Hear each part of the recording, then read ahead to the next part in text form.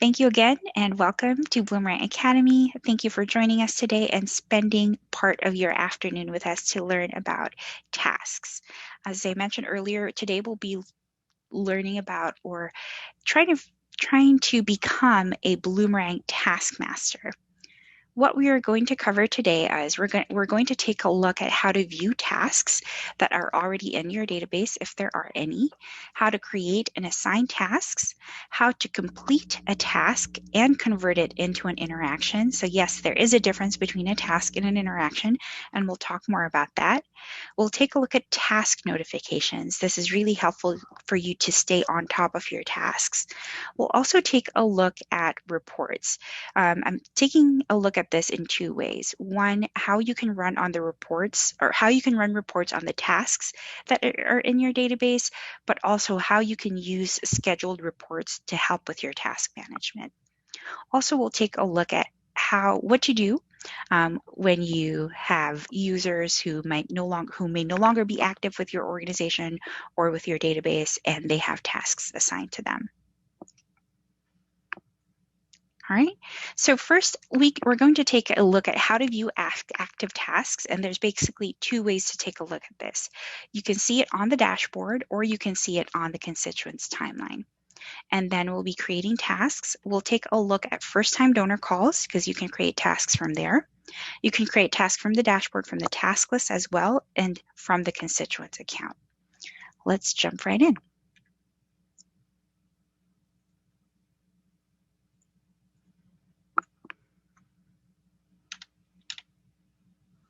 All right. So before you start using tasks, make sure to create a user for each person who needs to log into your database, especially if they will be using the task feature. There is no limit to the number of users that you can have, and each user should have their own username, and multiple users should not share the same login.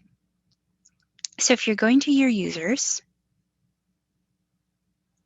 here, when you create a new user, they are automatically opted in to receiving task notifications via email. So if you take a look at Fezzik the Giant here, you'll see that he's going to receive any task notification emails. But if you're creating a new user, don't assign them tasks just yet. They will need to validate their email before they start receiving those notifications. Now, to manage your own preferences, click on the profile icon on the top right and click Edit My User. You can toggle the notifications on or off, and that's up to you. You can toggle into active or inactive, that's up to you. And this applies to all email notifications. So email notifications would be for new tasks, updated tasks, or overdue tasks. Overdue task notification emails are sent based on the user time zone. So make sure that is correct for you, as well as when you create new users. Let's get started. So let's go back to the dashboard. And I mentioned there's a couple ways that you can take a look at tasks. And when you log into Bloomerang, we like to show you items that give a snapshot of how your organization is doing and any action items that need your attention.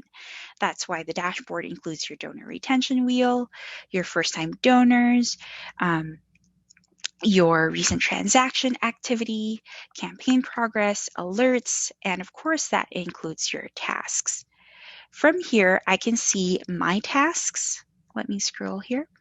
You can see my tasks as well as all tasks. Clicking on any one of these sections will take you to the new task list page with the filters already applied. But before we do that, what do these colors mean? So you'll see here that we have tasks that are red. These tasks are overdue. This means that they have a due date in the past. Tasks that are orange are due tasks that are orange are due soon, which is due in the next 7 days, and tasks that are due later are due 8 days and beyond. So this is not based on the week, let's say Sunday to Saturday, it's based on the rolling day period. So the due soon here will be the next 7 days, and the due later here will be 8 days and beyond. You can also create a task from here if you already know that that's what you would like to do. But first, let's take a look at all tasks. you'll notice that I have a couple of users in my database to help me with some tasks. Please welcome Inigo Montoya is in there. He is our grant writer, and he's spending part of his time looking for the six-fingered man as well. We also have Fezzik the Giant, who will be handling data entry and some administrative tasks. Princess Buttercup and Wesley help out from time to time as well. So this task list shows you all the active tasks in the database, just the active tasks. You're not going to see any tasks that have been archived or completed. These are currently active. You can search for tasks, and you can search on any of these fields. So let's say I only want to see Fezzik's tasks. I can just search for Fezzik.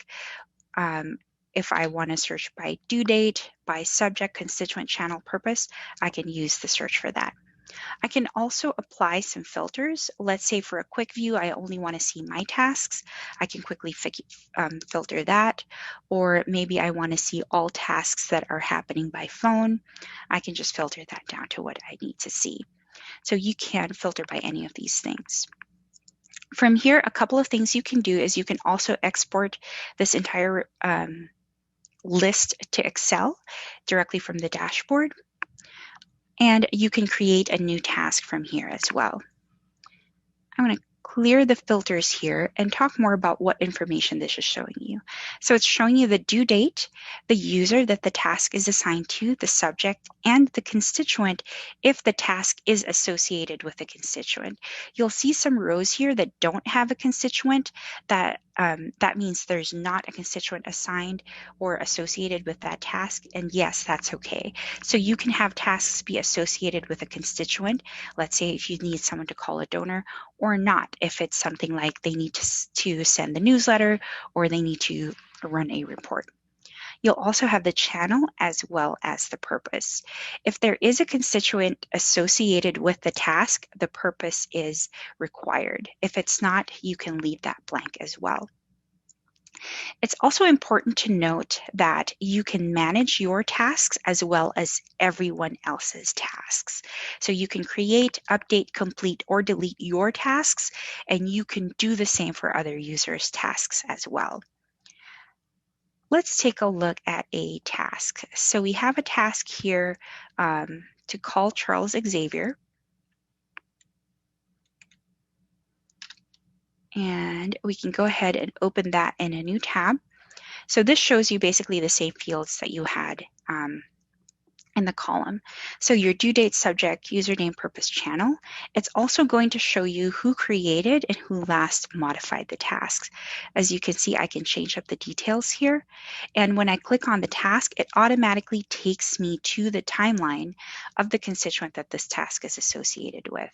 If I exit out of this task, I can also see that the task is on his timeline. So whenever you see an icon like this on the timeline, that means it's a task. It's red right now because it's overdue. Normally that will be blue, and if it's complete, that will turn into a check mark. Let's go back to the task list for now.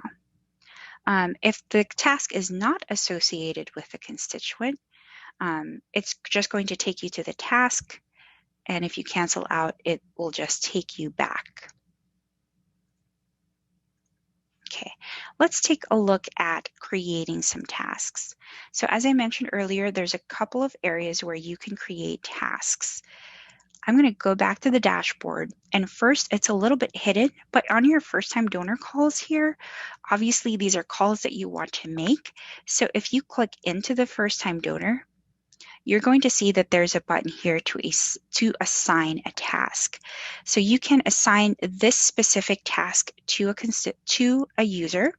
You can create tasks from here, or if you're looking up someone's account already, you can create tasks directly from here.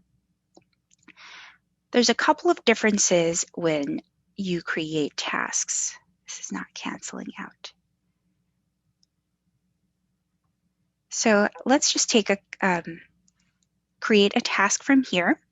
And when I create a task from the dashboard, it's just the fields are mostly going to be blank. The due date is going to defer or default to today, and the user is going to default to myself. We have a good question here. What's the difference between a user and a constituent? Constituents are those people who have accounts in your database that you look up. So these would be your donors, your volunteers, your prospects. Users are part of your staff that can log into your Bloomerang account. That's an important distinction as well, because you can assign tasks to any active user in your database. So if you notice from my user list earlier, these are the same. These are the people helping me cultivate my donors. They can log into our Bloomerang account and contact those donors. So if I'm creating a tasks, let's say, so this is how it's going to look if I'm creating it from the task list. So let's create some tasks for Inigo Montoya. Let's say you just got a big grant with a schedule of grants report due. Let's say you have an interim report due in May of next year, or May of 2022. So let's create a task for that.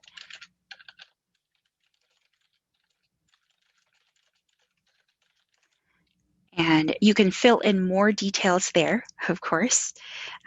Let's say that interim report is going to be sent by email. This is not associated with a constituent right now, so the purpose is or can be left blank. But if I associate this with a constituent,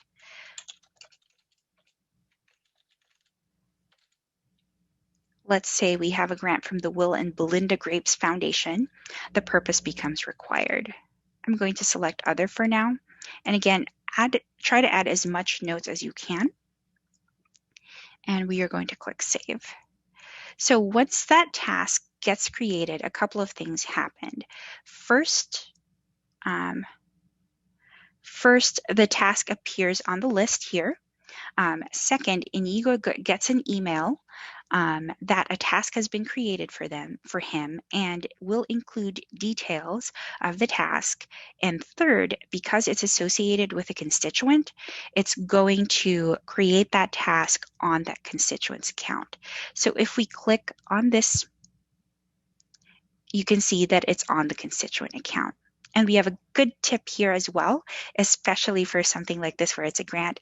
It's super helpful to attach any forms needed for the report to the task. That way, when it pops up, I have the forms I need. Thank you for that tip, Craig.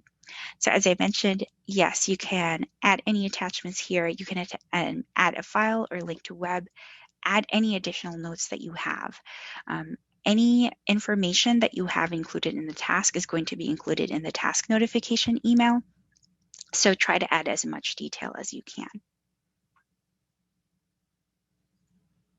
Okay, so that task has been created, and you can see it here. Now, let's take a look at what that email looks like. Give me a second here.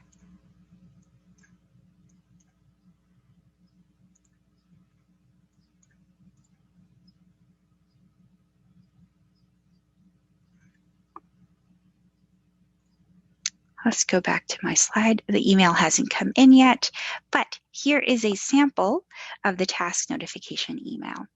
So first, for task notifications, you'll get a notification email if you receive a new task that's been assigned to you, if a task that you already have has been updated, or if a task becomes overdue. You can receive up to 15 email notifications at a time. So let's say someone is assigning a lot of tasks right now or creating a lot of tasks right now, you're only going to get 15. It's going to include the task details, constituent information, if it's associated with a constituent, and also a link to the task so they can view it in Bloomerang. You can also, we'll see this in a little bit, a nice bonus feature is you can reply to the task to complete it. You can reply to the email to complete the task. So when a new task notification email is sent, this is what it's going to look like. So it's going to get sent to the user to which the task is assigned. I, as the person who created a task, don't get a notification about it, but Inigo Montoya, who was assigned to the task, is the one who gets the notification email. It's also going to include the task details. So this is going to have your subject, due date, purpose, and channel. If it is a task that is associated to a constituent, it's going to include the constituent information and any contact information.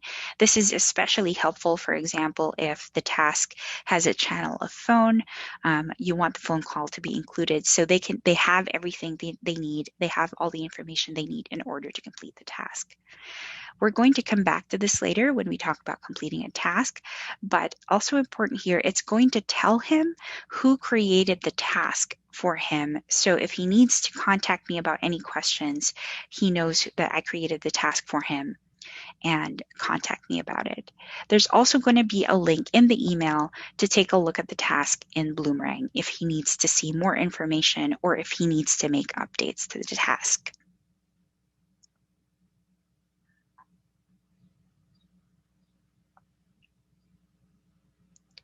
Wonderful. We have a question here. Will you get a reminder about the report? Great question.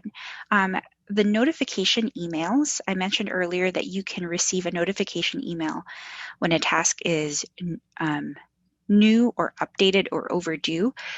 It doesn't matter what type of task is created, the reminder is about the tasks. So you won't necessarily get a reminder of like, oh, hey, you need to create this report now. Whatever that task is, you'll get a reminder about the task. But again, it's only for those three things. When the task is newly created, when a task is updated, or when a task becomes overdue. Let's go back and create some more tasks. So let's create some database management tasks for Fezzik the Giant that aren't associated with any constituents. So let's say I want Fezzik to call our donors that are about to lapse. So I'm going to create a new task. I'm going to assign it to Fezzik the Giant, and I want to say, please call almost lapsed donors.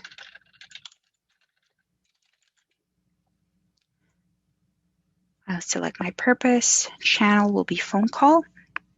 Now, in this case, you'll notice that I don't necessarily know at this point who the lapsed donors are, and I don't know how many lapsed donors there are. But what I do have is a report in my Bloomerang database of donors who are lapsing in 30 days. So for example, if this is the set of people I already want him to call, I'm actually just going to copy that link to that report and include it as an attachment so that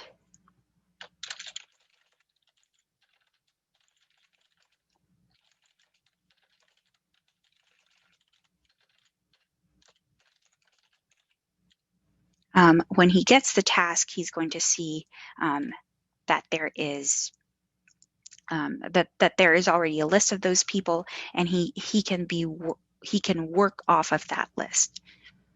So we're going to save that and attach it.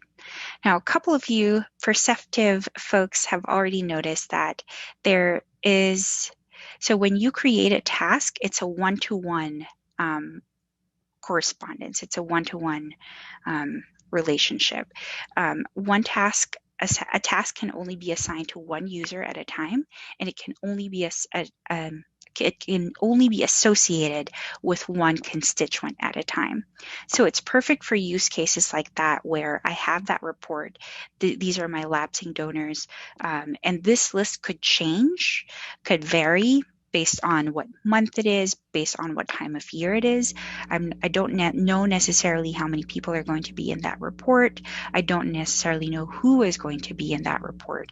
So that's a good workaround for creating tasks for specific people. I can just send him that, I can create that task, send him that report, and whoever is in that report at the time, then that's who he can work off of. So let's say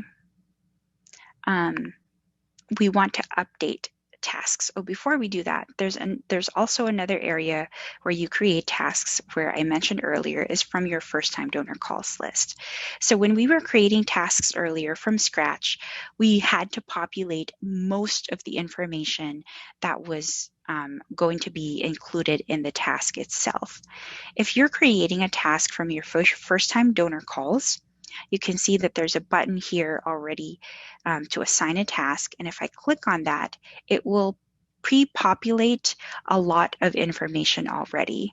And on the task itself, I can see the donation information, because this gives us information about how we want to assign this task perhaps, or if there's any additional notes that we want to include in the tasks. So if you're creating a task from the first-time donor calls list, it's going to pre-populate this information for you. Again, it's going to default to the due date of today. We recommend getting that first-time donor call within your first 48 hours. So it's going to pre-populate that due date.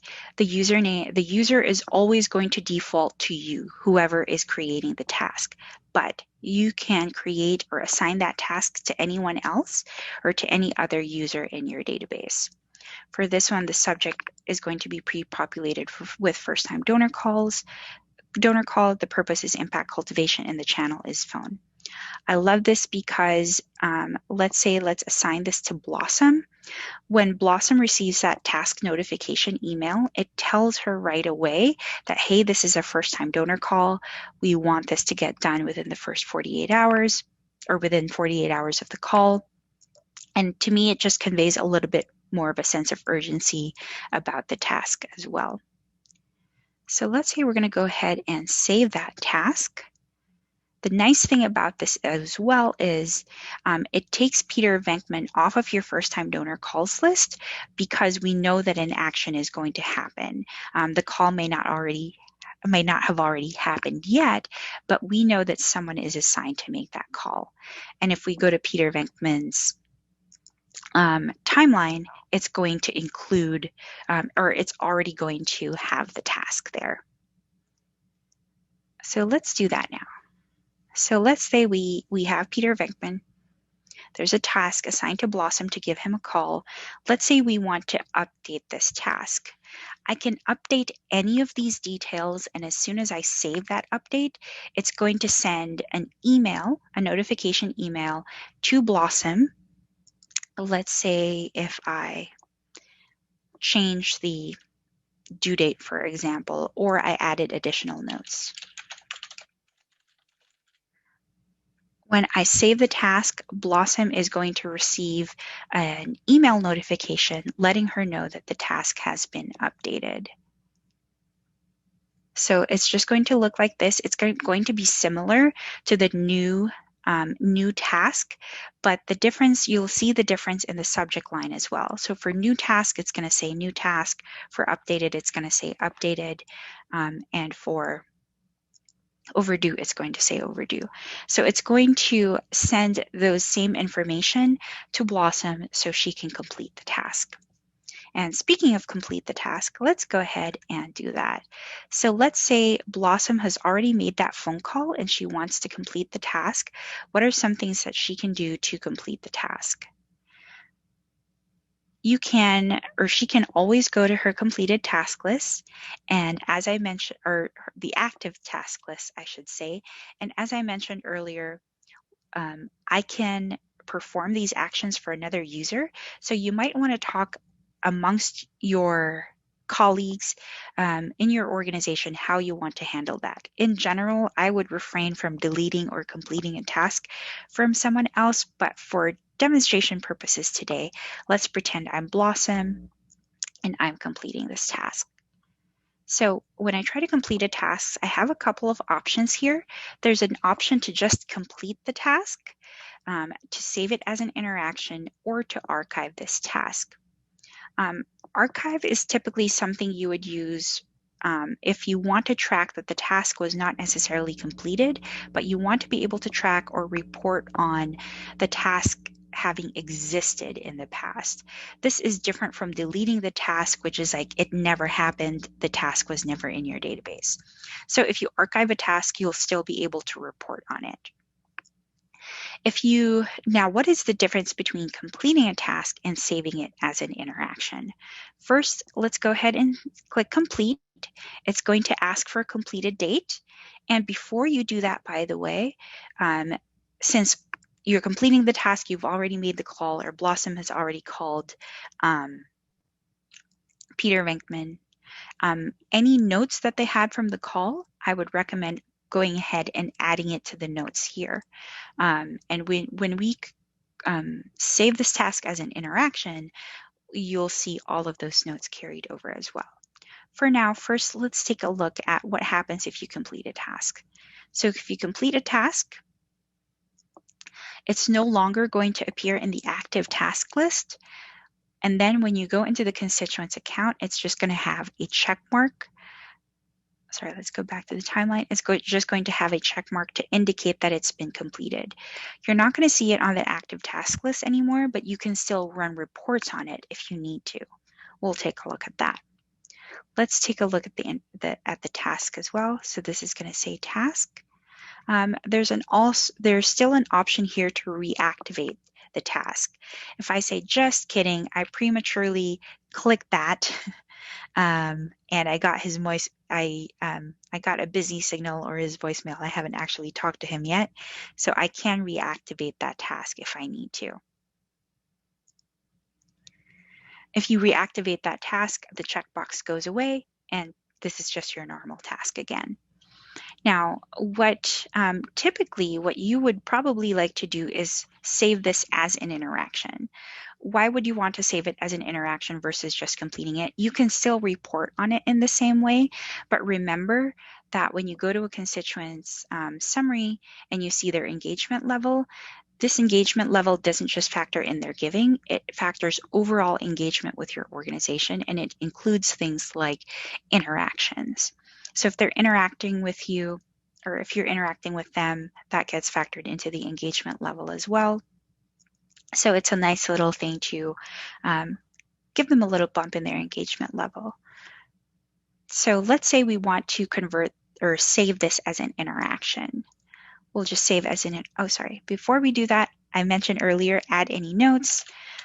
Let's say Peter was very happy to receive the call and is looking forward to helping in other ways, asked about volunteer opportunities, for example, etc.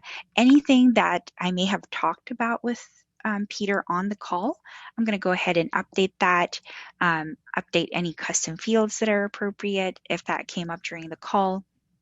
So add that in the notes, and then we'll complete it as an interaction. We'll set the completed date to today, and then when we look at his timeline, that becomes an interaction now. So it no longer is listed as a task.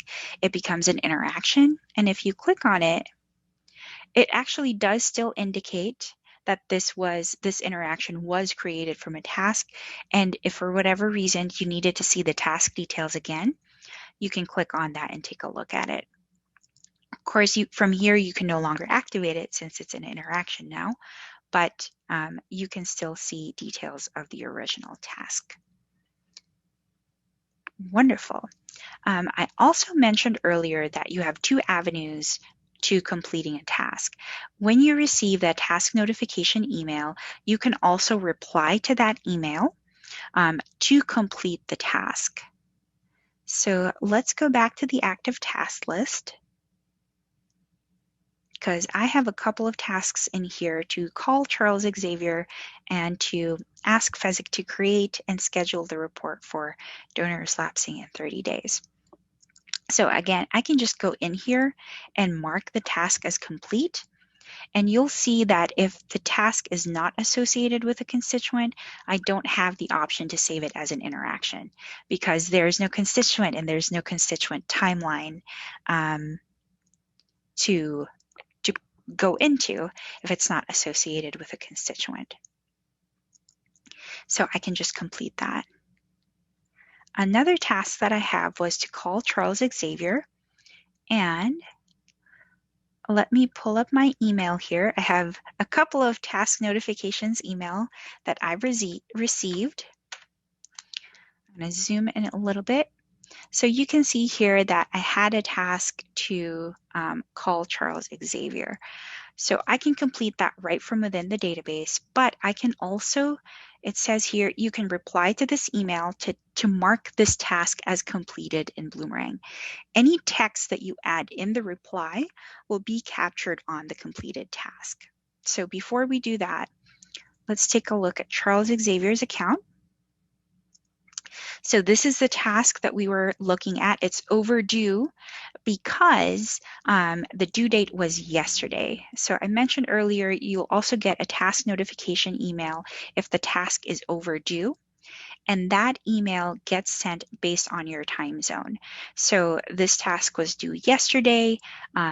Midnight of today came and went, and I hadn't completed the task yet. So a notification email was sent to my inbox. And it's going to use something like this, right? It's going to send me an email and say the below task in Bloomerang was due on whenever the due date was and is now overdue. Please complete it as soon as possible, and big red bold letters to make sure that it gets your attention. And of course, it's going to highlight the due date as well. As with other task notification emails, it will have a link to the task, and you can also reply to the email to complete the task in Bloomerang. Let's do that now. So I have my task notification email here, and it says I can reply to the email. So I'm going to click reply. No matter what I type into the email, I can say task complete, I can type in total gibberish. It is the act of replying to the email that completes the task. It doesn't matter what I actually write in the email. Although what I write in the email matters in the sense that that gets populated now as the note on the interaction. So let's say we call Charles Xavier. Charles was happy to receive our call, expressed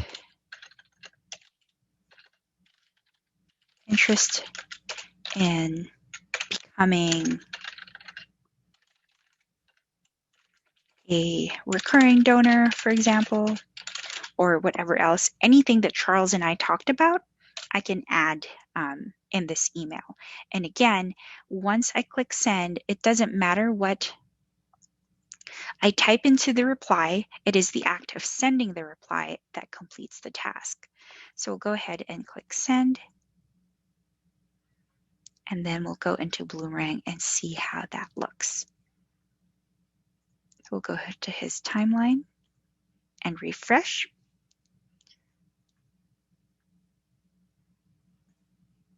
Normally it happens a little bit sooner than this.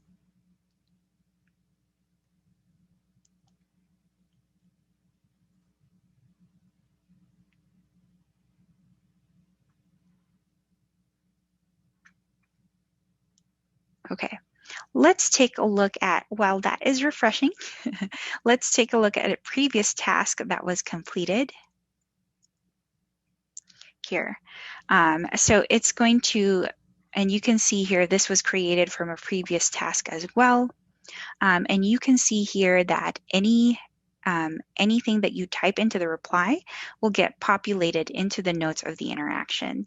So I always like including as much detail as I can in case anyone else is looking at Charles Xavier's account. Maybe it's been a couple of months now, or maybe it's our recurring giving person that's looking at his account because he expressed interest in that. I like to include as much detail as possible. So Any notes that you include or anything you type will be included in the notes. It will automatically be marked as an interaction as well, or sorry, it will automatically be converted to an interaction because there's a constituent associated with it as well. Wonderful. Any questions so far about creating, editing, and completing tasks?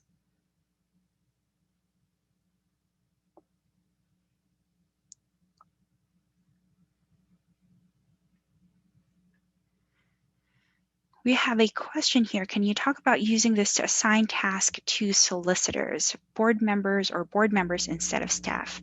Can you use these tasks with only grant staff limited? Asking.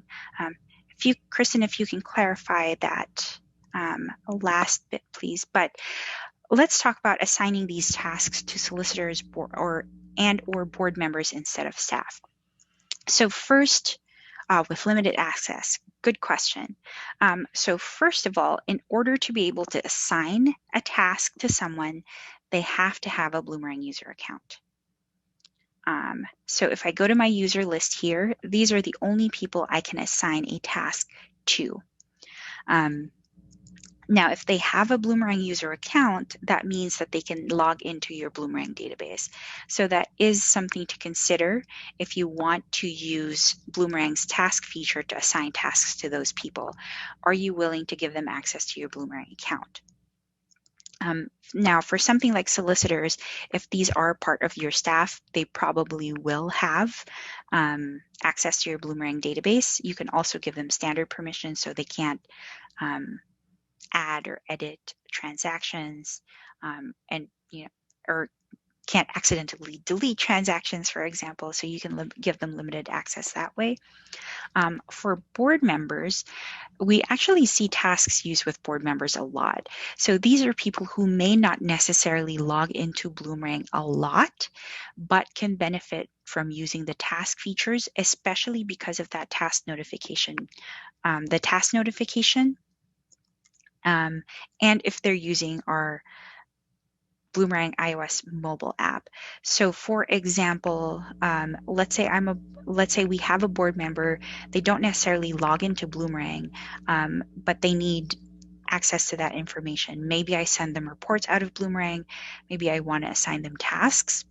So let's say I assign a task to our board member, they receive that task notification email. All the details that they need in order to complete the task are already in that email. Let's say I assign them a task to make a phone call. The constituent name is already in there. The contact number is already in there. So they don't need to log into Bloomerang to look up that information. It's already going to be included with that task. Now, once they complete the task as well, they can just reply to the email without ever having logged into Bloomerang.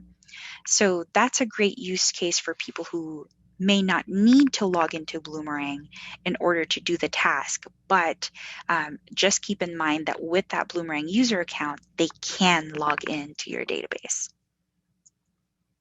Great question. If you reply to an email to complete a task with a constituent, will it be completed as a task or as an interaction? Great question. If it is associated with a constituent, if the task is associated with a constituent, when you reply to complete the task, it's automatically going to be converted to an interaction. But again, when you take a look at that interaction, it's still going to indicate that it was created from a task if you need that.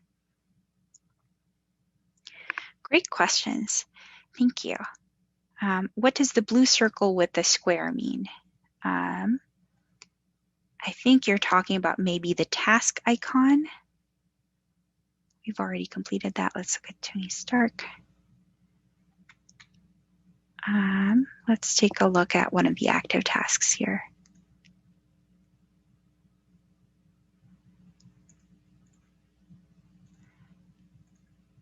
That's the task icon or the to-do icon.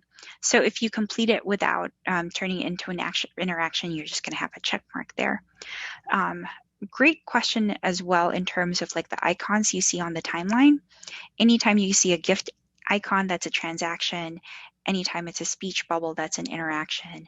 That's our icon for tasks. Thank you for asking. Let's go back to our task list. So we took a look at completing a task, turning it into an interaction, possibly archiving it as well. You can also delete a task if you'd like. Now, again, I would be wary about just deleting other users' tasks, but you have the ability to do that. And a difference between archiving and deleting is if you delete the task, it's like it never happened.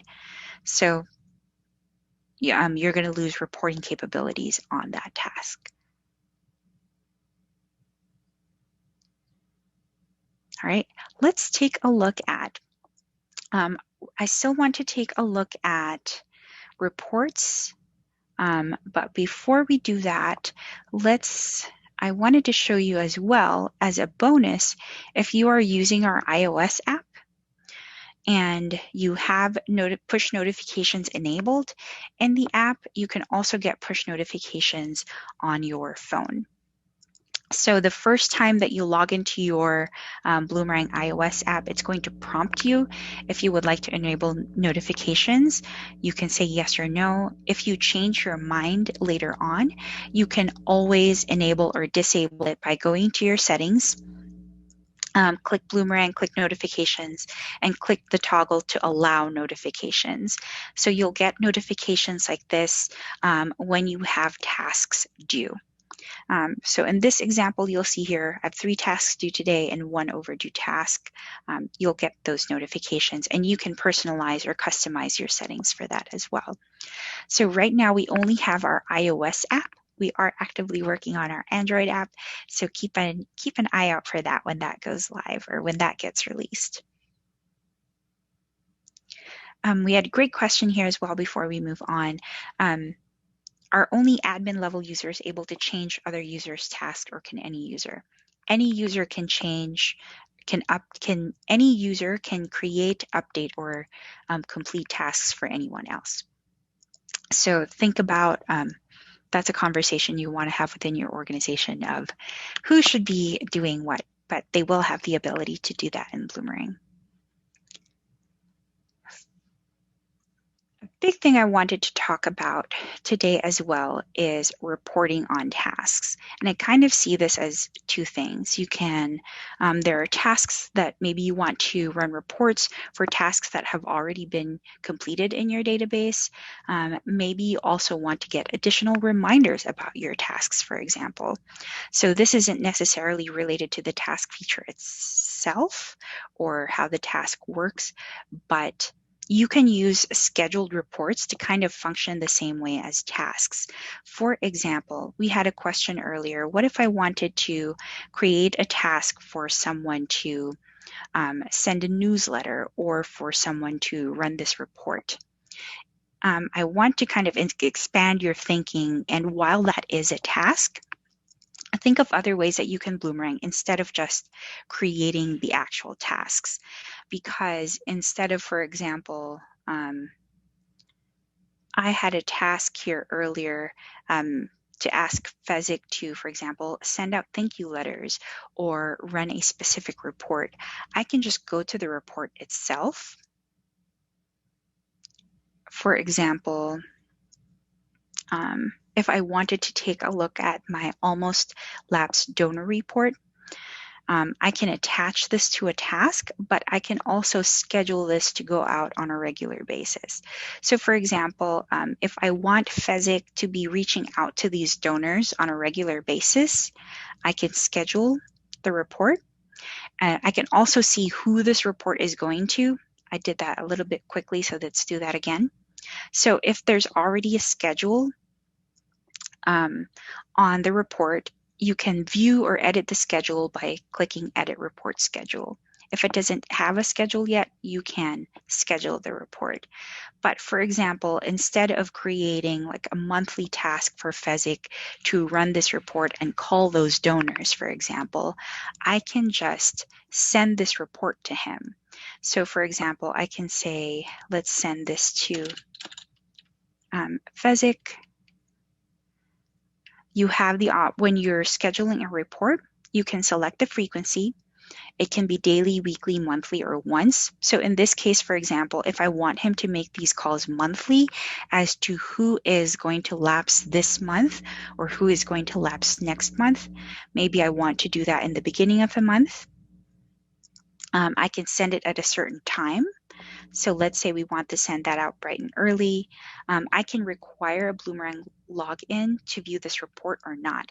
So this is also a good question for earlier when a question came up about solicitors, right? So you may not, if you don't want your solicitors to have user accounts within your database, but you want to send them some information that's relevant to them, maybe you can schedule a report to go to them instead. We'll take a look at that in a little bit. So let's say for this one, we'll go to Physics. This is our almost lapsed donor report. And I can tell him, review this at least once a month. Please call donors that are about to lapse next month. So when I do that, I want to be very clear about what I want him to do in the report. Also, any information that he needs in order to complete the action, I want to include that in the report. So if I'm asking him to make calls, I want to make sure that I'm adding a column for the phone number. This report is going to get sent to the recipient as an Excel file. So they can, what I like doing here is, so they can download that Excel file. As they're making those calls, they can fill in the information about the call and about the interaction. We know that once they've made those calls, we want to record that as an interaction. So what they can do is, as they're going down that list, they can just add the date, subject, purpose, channel, any notes that they had about the call. And at the end, when they've made all their calls, they now have a file that they can then import into Bloomerang and record those interactions for those constituents. You also have an option here. If there are no results, then don't send an email. There's no need, if there's no one to call, I don't need to receive a blank report in my inbox. And then you can save and schedule. And then every month on the 1st, Fezzik is going to receive that in his inbox.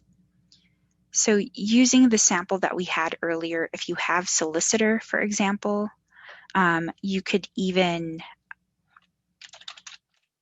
have a solicitor field in my database as well. So let's say the solicitor is Jason Oliver.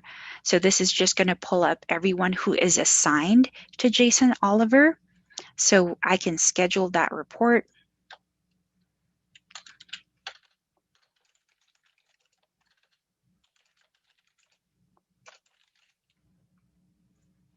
Can schedule that report and have it go to Jason.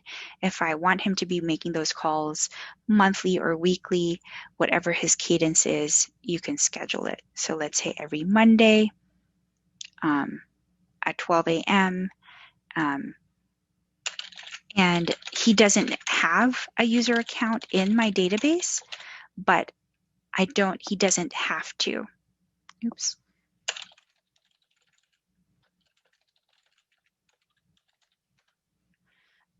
You can type in any valid email in there. They don't have to have a user account, and they will be able to see the report. Again, just be clear what your subject is and what the content of the email is. Another thing that I like to use the reports for is kind of an additional reminder for myself. I have here a report that's Diana's tasks due for this week. So let's take a look at that. So this is showing me, or this is going to show me any task that has a due date of this week that is assigned to me personally. It's just easier for me to manage if I receive a list of my tasks in the beginning of the week instead of waiting for that notification email if my task becomes overdue. I would much rather get a heads up that I have a task coming up this week rather than when it becomes overdue. So I can schedule this email to go to myself. I have it scheduled to go to me Mondays at 8 a.m. Now, if you're reporting on tasks, you can send and schedule any type of report that you would like, but I did also want to call out that you can create task reports. Now, when you create task reports, it's just going to show you all the tasks. We don't have any filters applied yet. It's just going to show you all the tasks, and you can see here, I have tasks dating all the way back to 2013. So if we want to kind of recreate the filters I had before for my task reminders, I could filter by due date, have that for this week. And because I'm using this as a reminder for myself, then you can filter for the user as well. I can create these reports for any user in the database as well, or for all users in my database. Let's say I just want to leave it as blank. This will just show me all the tasks due in my database or in our database and within our organization, regardless of who it's assigned to. So you can do that as well. So that's kind of two of my favorite ways to use tasks as well. I love it when I don't have to do extra steps and it just comes to my inbox. So I like being able to schedule those reports to see what tasks I have due this week, as well as instead of creating individual tasks or recurring tasks for things like send this report or send this newsletter, create those reports, schedule it, and maybe from there say the action item of this is our list for the mailing this week. This is the list for our calls this week. The last thing that I wanted to talk about today is, let's say someone in your organization, let's say Princess Buttercup has been abducted. She can no longer complete the tasks that have been assigned to her. And I don't want her to have access to, I don't want her captors to have access to the database. So I just want to make sure to deactivate her user account. If I try to deactivate her user account and try to save that, it's going to prompt me and say that this user has active tasks in the database, so I should reassign those tasks. I don't want those tasks to fall in the cracks, so I want to make sure they're still completed, and I need to choose another user to assign those tasks to. No matter how many tasks Princess Buttercup has, all her tasks are only going to be assigned to that one user that I pick. In this case, I'm going to pick myself. And if I needed to, I can then reassign those tasks as needed. Now, once those tasks are reassigned to another user, that new user then gets a notification email. That task is new for them, so they're going to get a notification email with details about the task. And that's all we have for today in terms of task. We have a lot of resources from in our knowledge base, so we'll link that when we send out the email. When we send out the email with the link to the recording and the presentation, so we'll link those resources as well. We have a question here. Can you explain the BCC email that was on Princess Buttercup? Great question. So that's kind of another way to kind of, if you're thinking about saving time and kind of automating things.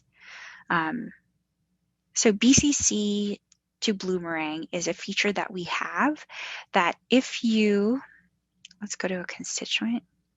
Let's say Tony Stark. Let's pick someone else that has an email address. So if you email a constituent, not a mass email from here, let's say if I click on this link to email the constituent, it's going to open up my email account and email that constituent from my email address. Or let's say I'm friends with the constituent, I email them from the mobile app, or I email them directly from my email. I can BCC Bloomerang, and it's going to create an interaction on their timeline for the email that I sent. So typically you would BCC, or you would send the email to bcc@bloomerang.me, bcc@bloomerang.me, and that's going to create the interaction for the mailing. But the unique BCC email here is this only comes into play. Let's say you're like me and you have multiple users in multiple databases, and we need a way to associate that your user account is emailing this constituent in this database. But typically you would just use bcc@bloomerang.me. And you can find information on BCC in our knowledge base as well. But that's a neat feature that we love to use as well. So you can BCC Bloomerang when you're communicating with a constituent. You can also forward an email that a constituent has sent to you, so that interaction is recorded in the database. Great question. We have another question here. Is there a way to import tasks in bulk via spreadsheet? Unfortunately, there is not. So there's no way to create tasks. So any tasks that you would want to create would have to be created manually. Thank you for that question. As I mentioned earlier, we have a lot of resources on our knowledge base regarding tasks. So we've linked resources here on how you can learn more about viewing tasks, creating tasks from first-time donor call basics, and scheduled reports, which we touched on today, which may not necessarily be a task feature, but I included it here because I think it helps you manage those tasks, especially those recurring tasks and recurring admin tasks. And you can use scheduled reports for that. Wonderful. Thank you so much, everyone, for joining us this afternoon. I hope this gets you excited about our tasks feature and gets you thinking about ways that you can use the task feature, not just for grants. I just mentioned that because we have that class on Thursday, not just for grants, but for other tasks in your database. If you have additional questions, please feel free to reach out to our support team. They are wonderful. You're always going to get a real person, and that is the quickest way to get an answer if you have a question about Bloomerang. So again, thank you so much for joining us today. We hope to see you in more Academy classes soon. Have a great day. Bye.